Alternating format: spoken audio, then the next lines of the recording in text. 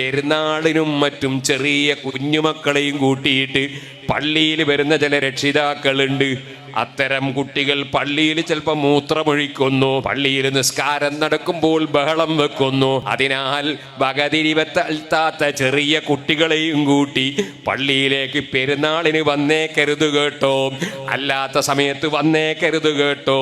ഇത് പള്ളിയാണെന്ന് ബോധമില്ലാത്ത കുരുന്നു മക്കളെയും കൂട്ടി പള്ളിയിൽ വന്നിട്ട് പള്ളിയിൽ അവർ മൂത്രമൊഴിച്ചാ നീ കുറ്റക്കാരനാണ്, നിസ്കരിക്കുന്ന സമയത്ത് ബഹളം വെച്ചാ നീ കുറ്റക്കാരനാണ്. അതുകൊണ്ട് അത്തരം ചെറിയ കുഞ്ഞുമക്കളെ പള്ളിയിലേക്ക് കൂട്ടി വരാൻ പാടില്ല. ഒരു ദിവസം അതാ പള്ളി നോക്കുന്ന ആള് വിളിച്ചു പറയുന്നു, നല്ല പുതിയ കാർപ്പറ്റാണ് ഉസ്താദേ, പക്ഷേ ഒരാൾ വന്ന് സുജൂദ് ചെയ്തൊക്കെ മൂത്രം മണത്തിട്ട് സുജൂദ് ചെയ്തൂടാ. അവിടെയുള്ള CCTV പരിശോധിച്ച് നോക്കുമ്പോ ഒരു ചെറിയ കുട്ടി മൂത്രമൊഴിച്ചതാണ്. പക്ഷേ അത് കണ്ട ആളെന്താ ചെയ്തത്, കുട്ടിനെയും കൂട്ടി പോയതാണ്. എത്ര ആളെ നിസ്കാരമാണ് അയാൾ മുഖേന ബാത്തിലാക്കിയത്. പള്ളിയിലല്ലേ മൂത്രമൊഴിപ്പിച്ചത്. ഈ ചെറിയ പിഞ്ചു കുഞ്ഞിനെ പള്ളിയിൽ കൊണ്ടുവന്ന രക്ഷിതാവ് കുറ്റക്കാരനല്ലേ.